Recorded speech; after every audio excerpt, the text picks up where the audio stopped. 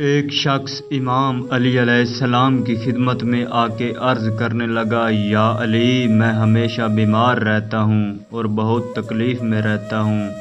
مجھے کوئی ایسی دعا بتائیں جس کے پڑھنے سے میری بیماری دور ہو جائے۔ امام علی علیہ السلام نے فرمایا، اے شخص، میں تمہیں ایک ایسی دعا بتاتا ہوں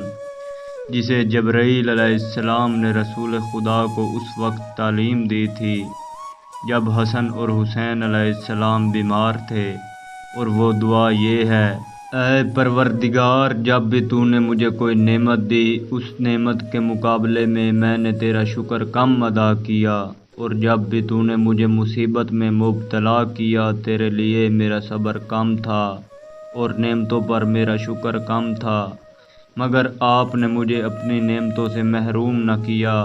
اور جس مصیبتوں میں میرا صبر تھوڑا تھا لیکن آپ نے مجھے نہیں چھوڑا اور مجھے نا امید نہ کیا،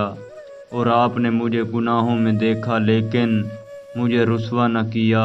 اور آپ نے مجھے خطاؤں میں دیکھا لیکن اس کی سزا نہ دی۔ امام علی علیہ السلام نے فرمایا، ہم محمد و آل محمد پر درود بھیج کر اپنے گناہوں کی معافی مانگ کر دیکھ، اللہ تجھے ہر بیماری سے شفا دے گا، جس طرح اللہ ہر چیز پر قادر ہے۔